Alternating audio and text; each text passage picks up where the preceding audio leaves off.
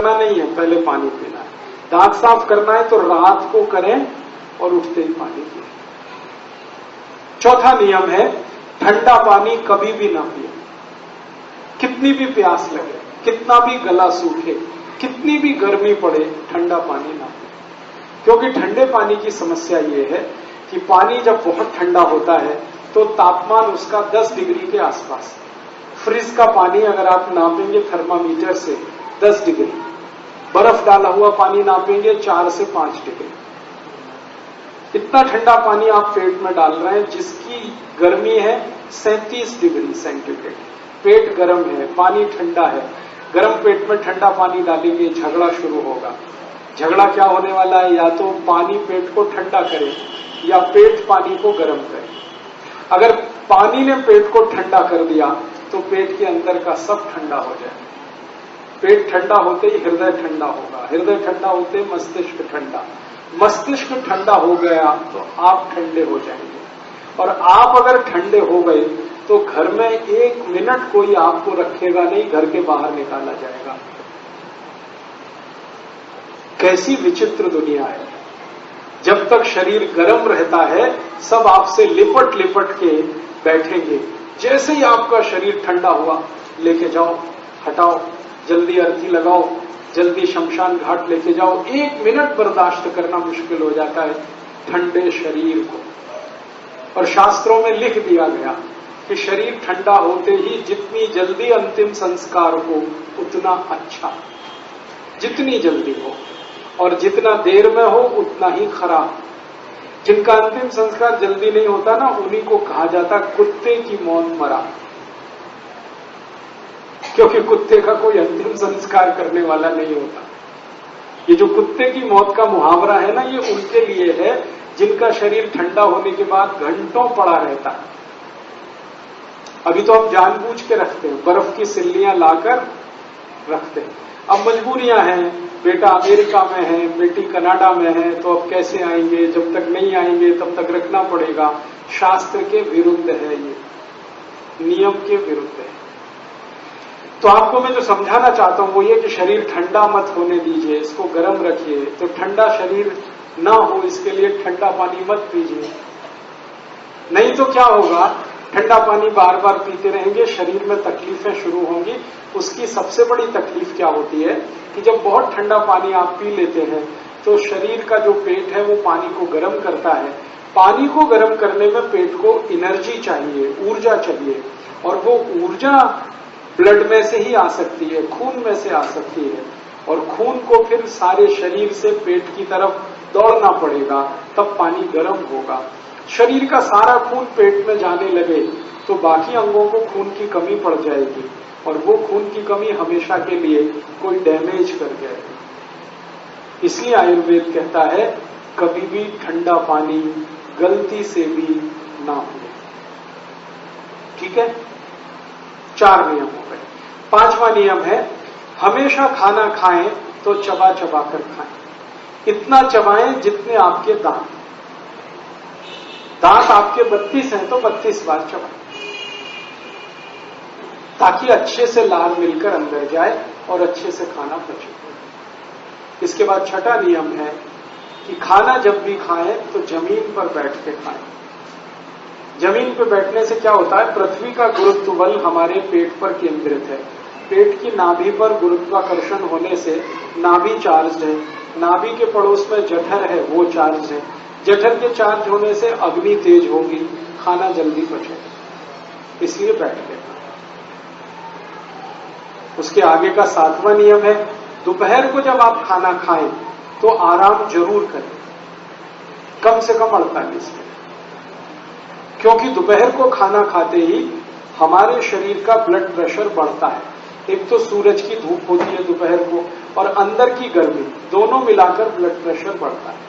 BP बढ़ेगा तो आराम ही करना पड़ेगा, काम नहीं कर सकते। तो दोपहर का खाना खा के आराम करें। सबसे अच्छे आराम करने की मुद्रा होती है लेफ्ट साइड में लेटना, बाईं तरफ करवट लेके लेटना। इसको वाम कुक्षी कहते हैं। ज्यादा नहीं लेटना, फिर मोटापा आता है। 48 मिनट तक लेटना तो अच्छा है, उसमें नींद आ जाए तो ले लेना, ज्यादा लेंगे नींद तो फिर मोटापा बढ़े, इसलिए ध्यान उसका रखना। इसकी आगे का 8वां नियम है कि रात को खाना खाने के 2 घंटे तक आराम नहीं करना, 2 घंटे बाद ही करना। रात के खाने के बाद पैदल चलना बहुत जरूरी है, 1000 कदम। उसके बाद कुछ और काम करके फिर आराम करें 2 घंटे के बाद, क्योंकि रात को ब्लड प्रेशर कम होता है और कम ब्लड प्रेशर में आराम करना खतरनाक है। ऊंचे ब्लड प्रेशर में, हाई बीपी में काम करना खतरनाक है, लो बीपी में आराम करना खतरनाक है। तो इसलिए रात को 2 घंटे बाद आराम करें, दोपहर को तुरंत आराम करें। इसके बाद का 9वां नियम है 9th, कि आप जब खाना खाएं तो 2 चीजों को ध्यान रखें, एक साथ ऐसी ना खाएं जो एक दूसरे के विरोधी। ठंडा गरम साथ में ना खाएं, दूध और दही साथ में ना खाएं, उड़द की दाल और दही साथ में ना खाएं, खट्टे फल और दूध साथ में ना लें, कटहल की सब्जी के साथ दूध ना खाएं, कच्ची प्याज खा रहे हैं तो दूध नहीं खाएं, दही में नमक डाल के ना खाएं, हमेशा दही में मीठी चीज डालें। ये आपको थोड़ा झटका लगेगा, ये क्या बोल दिया, दही में नमक ना खाएं, क्योंकि रायता तो बिना नमक के बनता नहीं है। बात ऐसी है कि ये जो दही है ना, ये जीवाणुओं का घर है।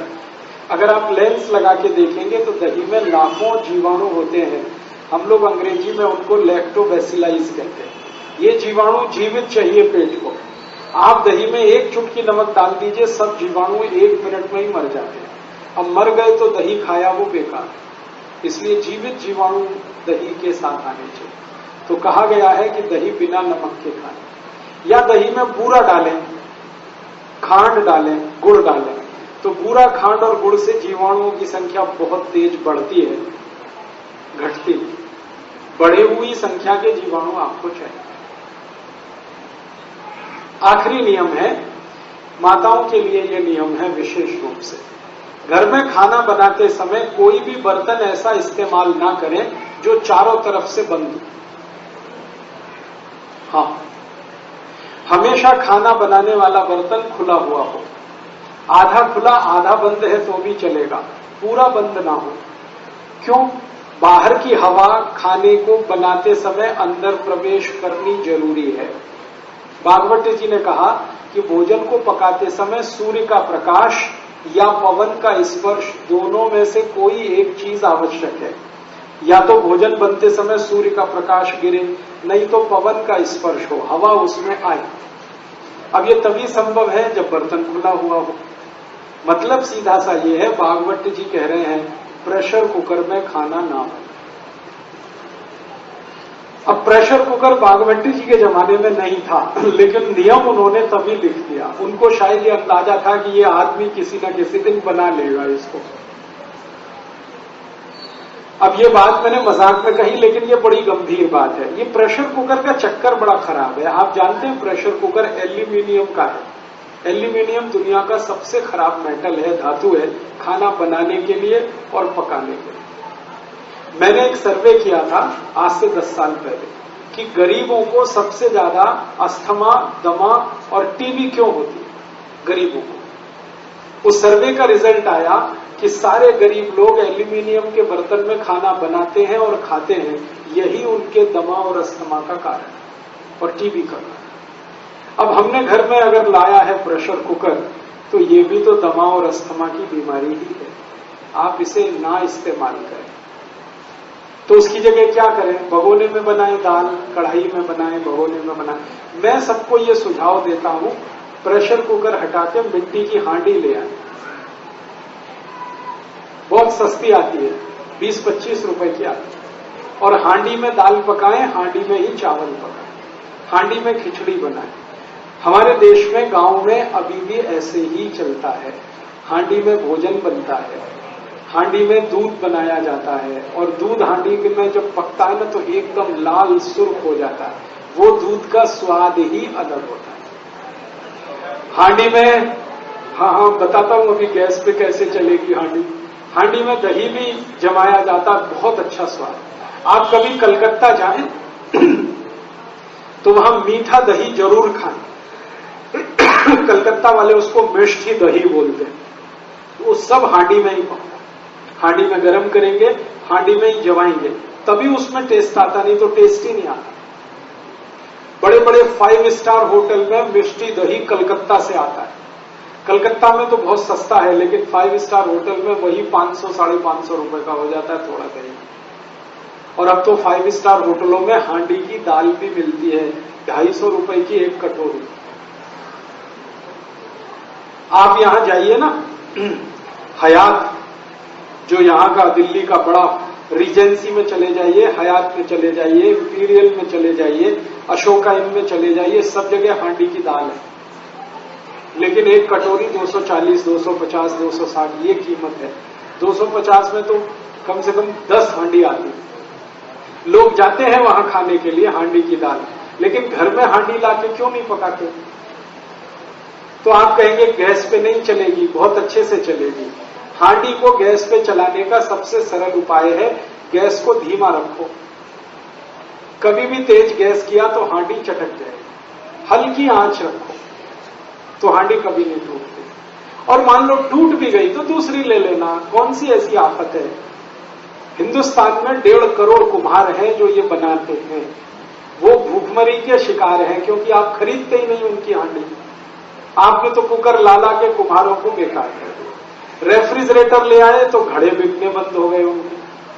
जब से कुकर आ गया उनकी हांडियां बिकनी बंद हो गई। प्लास्टिक के गिलास आ गए तो कुल्हड़ बिकने बंद हो गए उनके। हमने मोमबत्ती लगाना शुरू कर दिया तो दिए बनने बिकने, दीपक बिकने बंद हो गए। 1.5 करोड़ कुम्हार भुखमरी के शिकार हैं। इसलिए वो सरकार से कहते हैं हमको आरक्षण चाहिए, क्योंकि अब उनका काम धंधा तो टूट रहा है। तो आप उनकी थोड़ी तो चिंता करो, कुछ खरीदो उनका, तो उनकी जिंदगी चले, उनका रोजगार बढ़े। तो सबसे आसान है कि हांडी खरीदना शुरू कर दो, दाल चावल उसमें बनाओ और वही खाओ।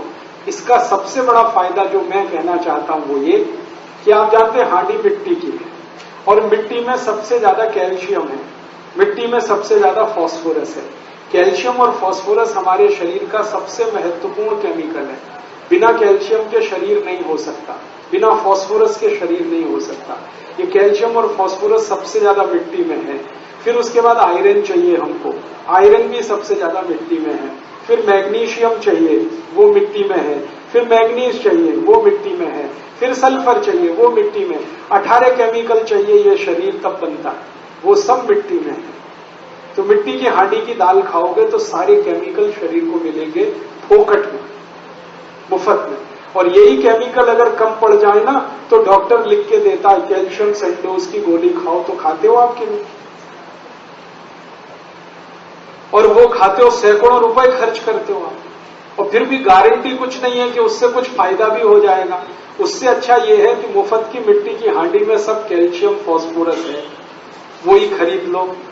डॉक्टर की कैल्शियम की गोलियां खाने से अच्छा कैल्शियम जिसमें है मिट्टी में, उसमें दाल बना के खा लो। विज्ञान तो यही कहता है। तो आप अगर करें तो आज से अपने घर में एक बदलाव कर लें, मिट्टी की हांडी खरीद लें। फिर आप कहेंगे खाना बहुत देर में बनेगा। मैंने बना के देखा, मिट्टी की हांडी में दाल 28 मिनट में बनती है और प्रेशर कुकर में 10 मिनट में बनती है। 18 मिनट का ये अंतर है, ज्यादा नहीं। और शरीर का स्वास्थ्य अच्छा रहे तो 18 मिनट कौन बड़ी बात है। मैं अभी थोड़े दिन पहले मद्रास गया था, चेन्नई। वहां भारत का एक बहुत बड़ा समूह है, जैसे आपने नाम सुना हीरो होंडा, ऐसे दक्षिण भारत का ग्रुप है टीवीएस सुंदरम, टीवीएस मोटरसाइकिल। उनके मालिक के घर गया था खाना खाने, तो उनकी धर्म पत्नी ने मिट्टी की हांडी में दाल पकाई, मिट्टी की हांडी में चावल वगैरह वगैरह, और वो खिलाया। तो मैंने आश्चर्य से पूछा, आप करोड़पति आदमी हैं और मिट्टी की हांडी में दाल चावल खाते हैं? तो उनकी पत्नी ने पता क्या उत्तर दिया, वो तो भगवान कृष्ण भी खाते।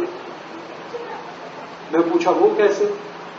आपको मालूम है जगन्नाथपुरी के मंदिर में कृष्ण भगवान को प्रसाद मिट्टी की हांडी में ही चढ़ाया जाता। तो सुंदरम ग्रुप की जो मालकिन है वो मुझे कह रही है कि जो कृष्ण भगवान मिट्टी की हांडी में खा सकते हैं तो हम तो उनके भक्त हैं ना, हमको क्यों नहीं खाना चाहिए? तो मैंने कहा आप तो 40,000 करोड़ का बिजनेस चलाती हैं, आपके पास टाइम इतना कहां है कि जितनी देर खाना बनाए? तो उनका जो उत्तर था वो गजब। उन्होंने कहा कि ये 40,000 करोड़ या 4 लाख करोड़ किसी भी काम के नहीं है जिस दिन शरीर बेकार हो जाए।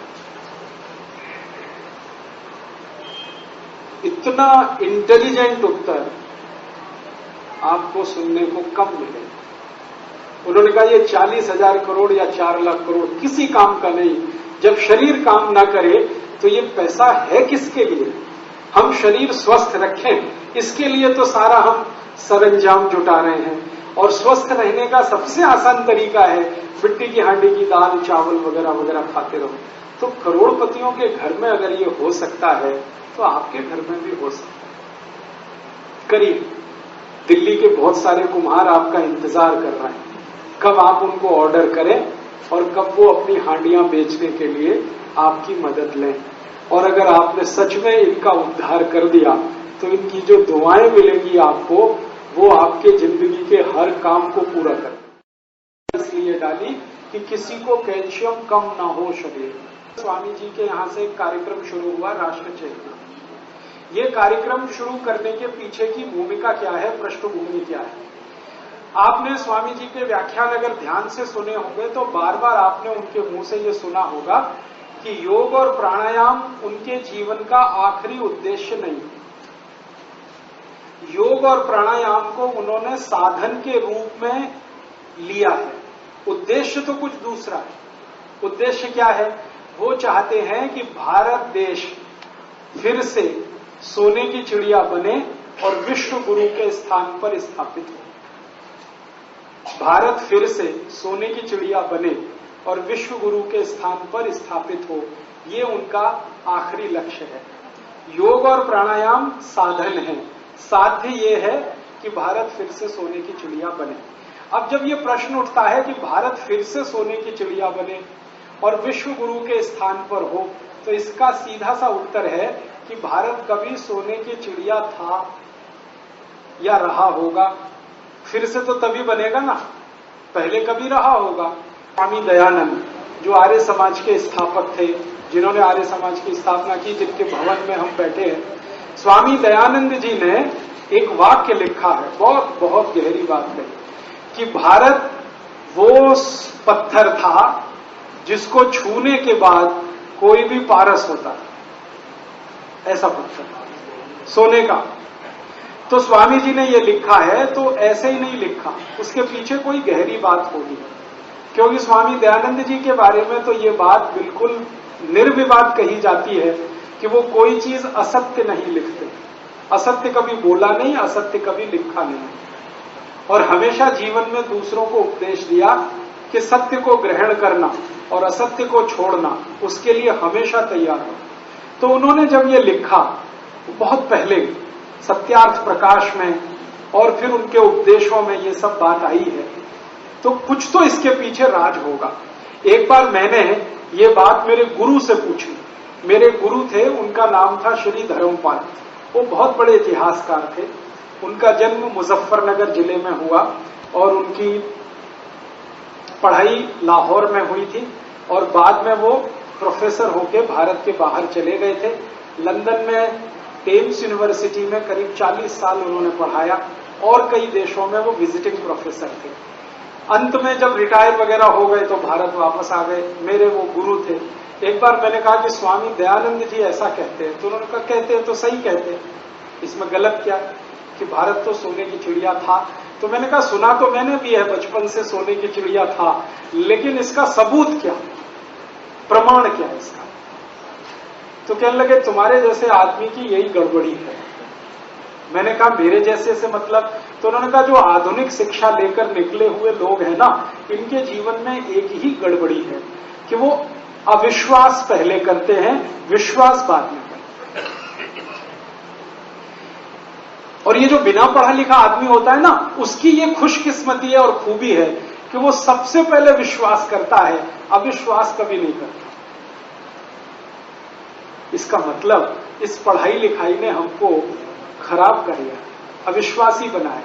हम जल्दी भरोसे ही नहीं करते किसी चीज पे। मुझे भी नहीं होता, क्योंकि मैं भी इसी आधुनिक शिक्षा में से पढ़कर निकला हुआ। तो मैंने मेरे गुरु से कहा कि मुझे तो होता नहीं विश्वास। अब आप कहते हैं स्वामी दयानंद ने कहा है, तो मुझे तो प्रमाण दिखाओ। तो उन्होंने कहा अच्छा तुमको प्रमाण चाहिए तो लंदन जाओ। मैं पूछा क्यों लंदन क्यों? तो उन्होंने कहा सब प्रमाण वहीं पे हैं, भारत के सारे प्रमाण वहां हैं। तो फिर तब से मेरे दिमाग में ये बात बैठ गई और फिर मुझे लंदन जाने का जब चांस मिला, मौका मिला, तो मैंने वहां वो प्रमाण देखे। लंदन में एक बहुत बड़ी लाइब्रेरी है, house of Commons library. House of Commons माने अंग्रेजों की लोकसभा। तो अंग्रेजों की लोकसभा की सबसे बड़ी लाइब्रेरी है। वहां भारत के बारे में लाखों दस्तावेज है, लाखों की संख्या। और लंदन शहर में और एक दूसरी लाइब्रेरी है, उसको ब्रिटिश म्यूजियम लाइब्रेरी कहते हैं। वहां पे भी भारत के बारे में लाखों दस्तावेज। उनमें से कुछ 50,000 दस्तावेज मेरे पास भी हैं, जो वहीं के हैं। हाउस ऑफ कॉमन्स लाइब्रेरी के हैं, ब्रिटिश म्यूजियम लाइब्रेरी के हैं, थोड़ा सॉर्बोन की एक बड़ी लाइब्रेरी है फ्रांस में, वहां के हैं। ऐसे अलग अलग जगह के कुछ दस्तावेज हैं। संख्या लगभग 50,000 है, लेकिन लाखों में दस्तावेज वहां है, जो ये बताते हैं कि भारत कैसा देश था अंग्रेजों के आने के पहले। अंग्रेजों के आने के पहले ये देश कैसा था, एक दस्तावेज का जिक्र करता हूं। सन 1813 में ब्रिटिश पार्लियामेंट के हाउस ऑफ कॉमन्स में एक बहस हो रही थी। तारीख बताता हूं आपको, 23 जून 1813 ब्रिटिश पार्लियामेंट के हाउस ऑफ कॉमन्स में बहस हो रही थी।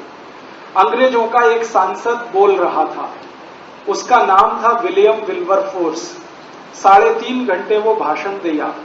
उस भाषण में वो भारत के बारे में जिक्र किया। उसने भाषण की शुरुआत की थी हाउ टू क्रिश्चियनाइज इंडिया। भाषण की शुरुआत हुई थी भारत को ईसाई कैसे बनाया जाए, यहां से शुरू किया। उसका पूरा भाषण मेरे पास है। उसमें वो कहता है कि भारत को ईसाई बनाना। क्यों बनाना है? इसलिए बनाना है कि ये देश धन धान्य से भरपूर है भारत, और इसलिए बनाना है कि अंग्रेजों का देश बहुत गरीब है, तो अंग्रेजों को गरीबी मिटानी है, तो वो भारत की अमीरी से मिट सकती है। माने भारत का पैसा लंदन आता रहे तो भारत तो जो हो सो हो, हम अमीर हो जाएंगे। और वो ये बात अपने देश के बारे में कह रहा है क्योंकि आज से 250 साल पहले इंग्लैंड में बहुत भूखमरी थी। इतने लोग भूख से मरते थे कि सन 1400 से 1500 के बीच में 3.5 करोड़ अंग्रेज लोग भूख से मर गए थे। अंग्रेजों की आज जनसंख्या 7 करोड़ है और आधी जनसंख्या मर गई थी गरीबी के कारण, इतनी भूखमरी होती थी।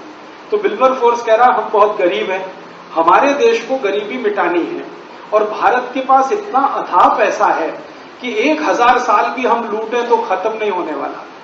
तो भारत को 1000 साल तक लूटते रहना है।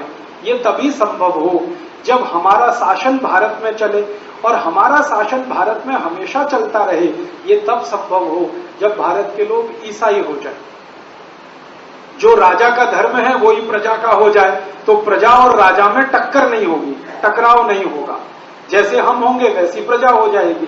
तो इसलिए भारत को ईसाई बनाना, ईसाई बनाने के लिए हमें भारत से पैसा लाना, 1000 साल तक लूटना। तो इंग्लैंड का प्राइम मिनिस्टर उस समय था ग्लैडस्टन। वो पूछ रहा है विल्बरफोर्स को बीच में रोक के कि तुमको कैसे मालूम भारत इतना पैसे वाला देश, इतना समृद्धशाली, इतना। तब वो कहता है कि हमारी जो ईस्ट इंडिया कंपनी भारत में गई है उसके अधिकारियों ने सर्वेक्षण किए हैं। ऐसे सर्वेक्षण की कुछ रिपोर्ट्स मेरे पास हैं जो मैं आपको बताना चाहता हूं। तो प्राइम मिनिस्टर ने कहा बताओ। तो एक सर्वे की रिपोर्ट वो कोट कर रहा है और कह रहा है कि भारत का सारी दुनिया में 33% निर्यात हो रहा है। इसको फिर से सुनिए, सारी दुनिया में भारत का निर्यात 33% हो रहा है। माने वर्ल्ड का टोटल मार्केट में 33% कंट्रीब्यूशन भारत का है। दुनिया में अगर $100 अरब का माल बिक रहा है तो $33 अरब का माल भारत का बिक रहा है। फिर वो कहता है भारत के बाद जो दूसरे नंबर पर हाईएस्ट एक्सपोर्टिंग कंट्री है वो चीन है, जिसका 27% माल दुनिया में बिक रहा है। और भारत और चीन दोनों को मिला दिया जाए तो आधे से ज्यादा माल तो ये 2 ही देशों का बिक रहा है पूरी दुनिया में। तो वो कोट कर रहा है सर्वे की रिपोर्ट को। अब ये जो 33% एक्सपोर्ट हो रहा है, तो फिर वो पूछ रहा है प्राइम मिनिस्टर क्या क्या एक्सपोर्ट हो रहा है भारत से। तो वो बोल रहा है सबसे ज्यादा एक्सपोर्ट होता है भारत से, वो है कपड़ा। टेक्सटाइल इंडस्ट्री हमारी सबसे अच्छी। आपको मालूम है यहां मलमल बनता था, मलमल की थान होती थी, 12 गज लंबा मलमल का थान तह करते हुए एक दियासलाई के डब्बे में रख सकते थे, इतनी बारीक बुनाई होती थी। तो वो विल्बरफोर्स कह रहा हाईएस्ट एक्सपोर्ट है टेक्सटाइल का, और वो कह रहा है कि दुनिया को कपड़ा पहनना तो भारत ने सिखाया। उसके ये शब्द पे ध्यान दीजिए। तो ग्लैडस्टन हैरान हो गया। तो वो कहता है हाँ, दुनिया जब कपड़ा पहनना जानती नहीं थी तब भारतवासी मलमल बनाते थे, इतनी बारीक बुनाई था, और ये मशीन से नहीं बनता, हाथ से बनता है।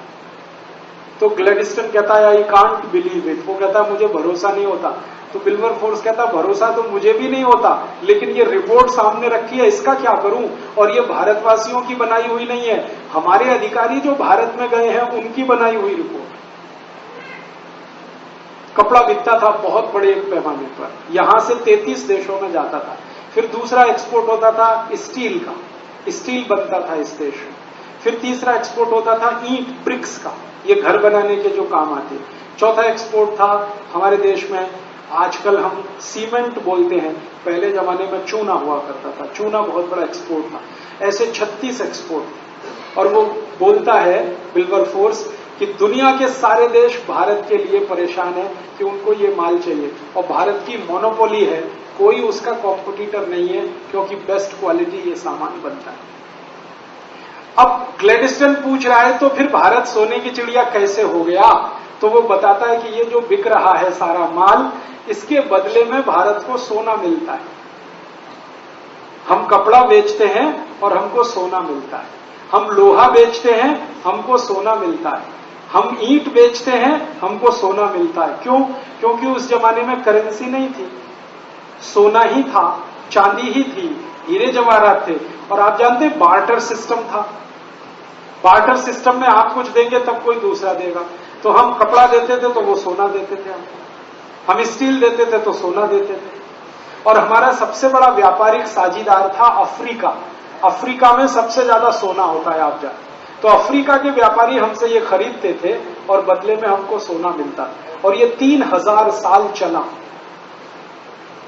3000 साल हमने सोना लाया कपड़ा बेच के, हमने सोना लाया लोहा बेच के। तो इतना सोना इकट्ठा हो गया इस देश में कि सारी दुनिया ने भारत को सोने की चिड़िया कहना शुरू किया। और सोना इतना हो गया हमारे पास कि हमने गहने और जेवरात तो सोने के बनाए ही, फिर जरूरत पड़ने पर मंदिर भी सोने के बना डाले। दुनिया में ये हजारों साल का एक ही देश है जहां सोने के मंदिर, सोने की मस्जिद नहीं है, सोने का गिरजाघर नहीं, यहां सोने के मंदिर है। और आप कहेंगे एक मंदिर है अमृतसर का स्वर्ण मंदिर। मैंने अंग्रेजों के दस्तावेज ढूंढ कर निकाले तो भारत देश में अंग्रेजों के आने के पहले तक 11,000 से ज्यादा सोने के मंदिर। एक एक मंदिर के पास 300 से 400 मीट्रिक टन सोना, एक एक मंदिर के पास। मंदिरों में सोना कहां से आया? समाज ने दान में दिया। समाज के पास कहां से आया? तो व्यापार करके लाया। हमने लूटा नहीं किसी को। भारत का एक भी व्यापारी कभी किसी को लूटने नहीं गया। भारत का कोई राजा कभी दूसरे देश पर हमला करने नहीं गया। यहां बड़े बड़े चक्रवर्ती सम्राट हुए जिनका सारी दुनिया सम्मान करती थी। चंद्रगुप्त विक्रमादित्य को आप जानते हैं, हर्षवर्धन को आप जानते हैं, अशोक को आप जानते हैं। सारी दुनिया इनके चरणों में पड़ी रहती थी, लेकिन ये कभी दूसरे देश को लूटने नहीं गए तो धर्म प्रचार करने गए। हमने लूटा किसी को नहीं। फिर सोना कहां से आया? व्यापार करके कमाया हमने, और व्यापार में हम सबसे ऊपर थे, इसलिए इतना सोना है। तो वो सोना चांदी इतना जमा हो गया था इस देश में, इसलिए सारी दुनिया में सोने की चिड़िया नाम से भारत प्रसिद्ध हो, क्योंकि व्यापार बहुत ऊंचा था इस देश में। ये दस्तावेज पढ़ने के बाद मुझे पहली बार पता चला कि भारत उद्योग प्रधान देश था, सिर्फ कृषि प्रधान नहीं था। हमको ये बताया गया ना भारत कृषि प्रधान देश, कृषि तो सेकेंडरी है, उद्योग तो प्राइमरी थे। और ये सब इतना सारा 3000 साल हम सोना कमाते रहे, फिर मंदिर बनाते रहे, सोना दान करते रहे, सोने का उपयोग इस देश में सबसे ज्यादा है, आज भी सबसे ज्यादा।